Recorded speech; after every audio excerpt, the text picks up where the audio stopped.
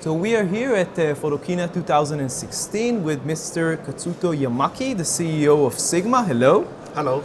And we are going to ask you a few questions. You introduced here quite a few lenses this year, the 500 millimeter, the 85, and the 12 to 24, right? Right. And even before Photokina, you introduced quite a few new sign lenses, which is new for you.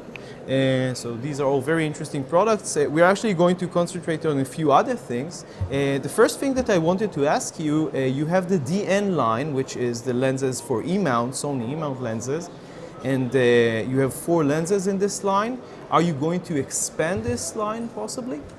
Yes, that's our plan. The mirrorless camera has a significant amount of share already in many countries, so we will expand the DN line in the future. That's our plan. Maybe specifically to a macro lens. I think that there are not too many macro lenses for the E-mount right now.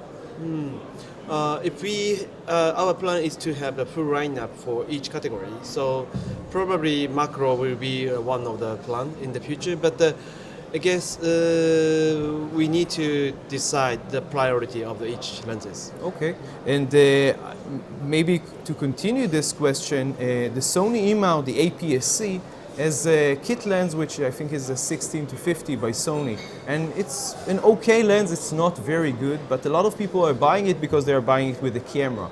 Maybe you will be able to offer a zoom lens which will be small but of higher image quality than what Sony has, so other people can buy it instead of the kit lens. Is it something that you might consider? It might be maybe interesting to try it. But in general, the sharpness or image quality and the size and weight are kind of trade-off. If we try to achieve the best image quality, lens become bulky and heavy. Yeah.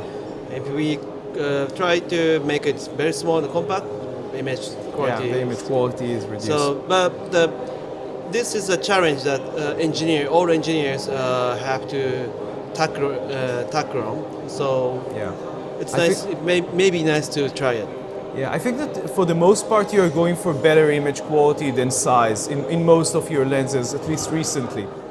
Well, it's about the concept of our art lens, art series. We have art series and the contemporary series and the sports series. The contemporary line is has a very authentic concept. Authentic, which means we try to take the balance between the size, weight, performance, and the cost. This is a very traditional approach which many other company takes. But for art lens, we just prioritize the image quality and deprioritize the size and weight and cost.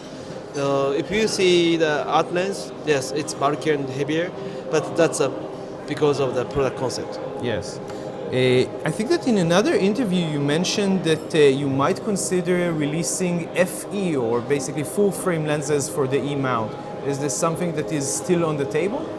Yes, we have a plan to have a FE mount lens, although I can't tell the detail of the plan. But it's okay. Now, I think that in recent years you created a lot of very high quality lenses which received very positive reviews. We talked about the art series. And you also introduced the new sign lenses now, which is a completely different niche of product. But you're still making cameras, basically, as far as I know. It's very hard to compete with Canon, Nikon, and now Sony, and even maybe the smaller companies like Olympus and Panasonic. Do you think that it's still worth investing? It's a lot of R&D money to come up with these cameras. Very, very, very big investment, yes. Especially we also develop our own sensor. It's very cheap to buy the sensor from Sony, of course, or other company. Like almost everybody else does. Yes, but if we develop the sensor by ourselves, it costs a lot. So why? If the market for your cameras is relatively small, why actually continue with this? I mean, isn't it isn't it worth your time to just invest in lenses? If I am the investor, it may be very wrong, management. We should not do that. But we continue it for mainly 3 reasons. First of all, as a lens manufacturer, making a camera by ourselves is very important. When the time of the film, we couldn't. The camera manufacturer couldn't make images. It's only about the film. Yeah. Film manufacturer made the images, but now digital, all camera manufacturer make the images. We control the sensor and we process the image. So by knowing how the images are processed in the camera, we can make better optics. So it works to contribute. It contributes to enhance our capability or our knowledge on the images, and it helps to make a better lenses. So it contributes to lens business indirectly. Second reason is it's passion of our engineer. Our engineers like to work on the camera, and we can have a whole system by ourselves. And third reason is that it was my father's dream. My father founded this company, and my father's dream was to become a camera manufacturer. So as a son, we have to continue it. Otherwise, he comes back to me as a zombie, and he may try to kill me. So I have to continue it. Okay, that's a good answer.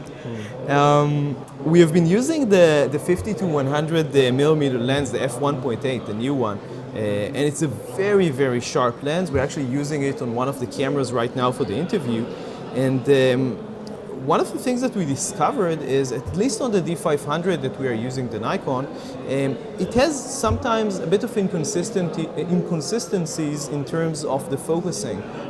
Sometimes back focus, sometimes front focus, so it's not specific camera lens issue.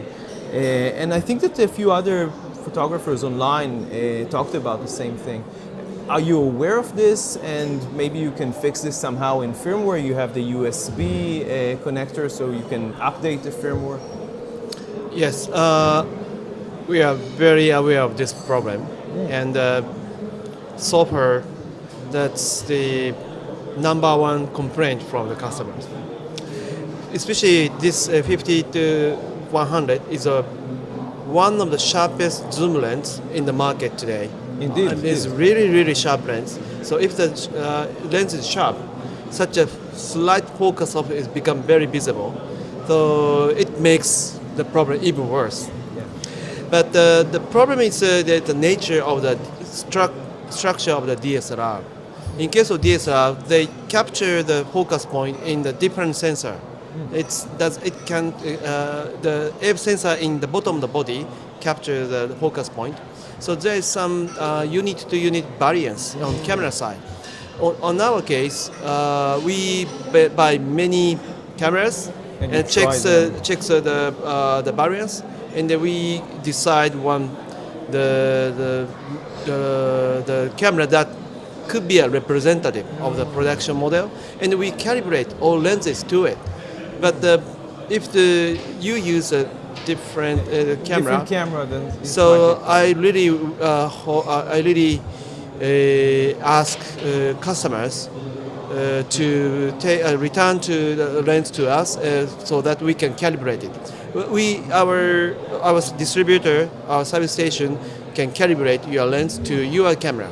In this case, we have to borrow your camera, but we can perfectly calibrate to the camera body. This is very interesting. I didn't know that. And really, it's really interesting. The question is, why can't you do it with the USB unit that you have? And just mention, let's say that I have the D500. I will say in the software I have a D500, and it will automatically calibrate. I won't need to take it to the dealer, basically. Is it something more complicated that they do? They open the lens somehow? You ask? You mean the micro adjustment on the camera body? No, I'm asking. You just mentioned that the dealer, if I take the lens to the dealer, he can actually calibrate the lens to the camera, to the body. Not dealer, but our service station. Okay, your service. Distributor. Yeah. Okay. So you need to open the lens and do some changes? No. We attach the lens to our special fixture, and we reprogram the focus point to the lens. And this is something that I can do myself with a USB? USB knob you can, but to be honest, the focus adjustment, it's not very easy. So you can try it, but if you want to make your lens very sharp and very accurate, it's better to bring it to us. So this is good to know, and I think that a lot of people will be happy to hear that. Yeah. Okay. So this is about the 50-100. Now, Nikon released, I think about a year ago, the 300mm PF lens, the Phase Fresnel lens. Now, this lens is a 300mm f4, and it's very compact. I think it's about 750 grams, and it's not very big. Now, the question is, Canon has the same technology. They call it DO lenses, although they didn't release a lot of them. Is it something that maybe Sony might consider? Do you have this technology, and maybe you can come up with a lens? I know that a lot of bird photographers would really like to see 500mm f5.6 lens, which is small and light, for example. I think it's a great technology, and I believe that we have to work on that technology very much. But right now, it's not very affordable to make that. In terms of cost, expensive. The cost is very high, Yeah. and also there's some trade-off in the bokeh. I heard that there are some minor issues in some things. Yeah. So if we consider such drawbacks of that glass, we have used that lens in our lenses. Yeah. But in the future, I think we can solve that kind of problem. So I think we have to work on such a great technology. Okay, so it's a possibility, but for the future. For the future, yes. Okay, so finally, final question. The camera industry has been going through some, I think, tough times since about 2012. There is a decrease in sales globally in all the market. How have Sigma adapted to this, and did you suffer, you think, as much as the rest of the industry, because you're doing a lot of more higher end cameras and lenses right now with the art series and maybe the sports series as well? Yes, true. According to the statistics from the association, Japan SIPA. Camera, SIPA, I'm board member of the SIPA. Of course. If this trend continues to the end of this year, the market size will be minus 40% compared to 2012 in terms of the quantity. Yeah. In our case, our turnover has increased this 4 years, about 25 to 30%. Wow. Actually, we haven't increased the volume, but with the success of the new series, especially the art lens, we could increase the average price of each products, and then that way we could increase our turnover. So actually, this 3 or 4 years are great years for Sigma. But gradually, we are under the influence of the stock market, and our growth has been slowing down. Actually, in some market, we're also declining. Yeah. It's really tough market situation, and I think this trend will continue maybe next year. So, in order to overcome such circumstances, we will continue our innovation. Like you mentioned, 50 to 100. And you also had 1.8. It's an innovative product which never existed before. True. So I think this kind of new technology, a new innovation, may create a new demand in the market and make market active again. So we will strive to develop the innovative products with high quality. That's our strategy. It's a very good one. It's successful so far. Yes. So thank you very much. Thank you very much.